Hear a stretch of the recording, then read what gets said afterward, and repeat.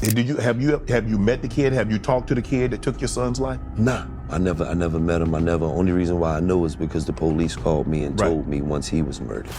As the conversation turns to the topic of rap beefs, Gillie opens up about how they've been a natural part of the rap game. He compares rap battles to losing an NBA final disappointing, but not the end of the world.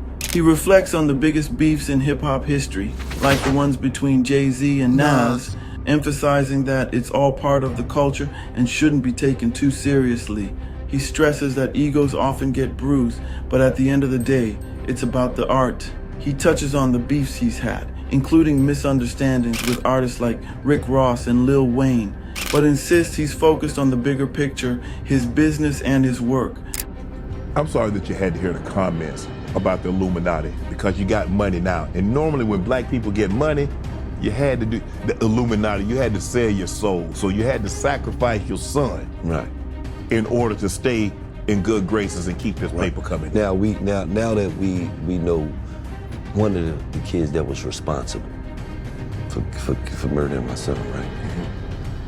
So I guess the Illuminati came to a 16-year-old kid that's in high school and said, yeah, we need you to kill Gillie's son for Illuminati purposes. Once he got, because the kid had just got shot 17 times, he was walking with his mom. Oh. And he got murdered.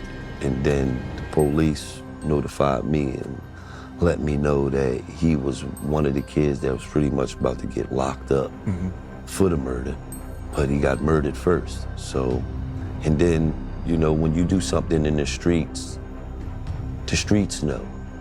So, you know, they all on Instagram and they talk, and then, you know, apparently this kid name was the Joker, and, you know, that's what he did, so, you know. As the conversation turns to personal matters, Gillie opens up about the impact of fame on relationships and how he has evolved as a father and grandfather. He discusses his regrets, including the loss of his son and the life lessons he's learned along the way.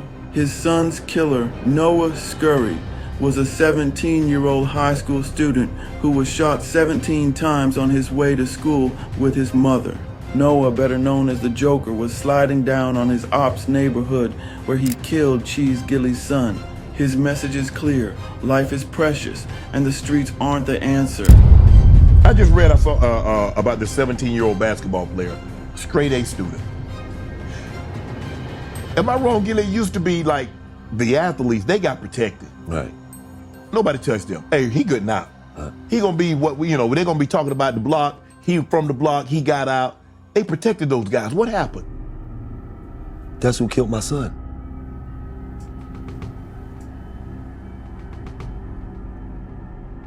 The 17? Yeah. The 17-year-old basketball player that just got shot 17 times? Yes. That's who killed my son. Really? Yes. What was that about? Well, it wasn't for my son. Your son happened to be there? Yes.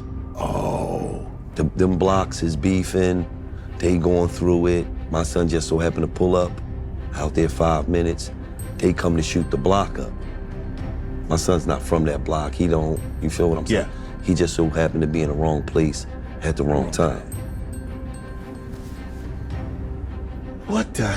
That's how deep it is. Bro, he has the potential to get out. Right. And he living that life? No, but see, you don't understand. He got videos out where he got a Joker mask on. Right. Bunch of guns in his hand. So these kids is influenced by all the wrong things. Right. To shit that don't matter. You know what I mean? Right. To shit that once upon a time when I was growing up in the ghetto, I was influenced by. And then when you experience things, when you go places, when a vacation to you.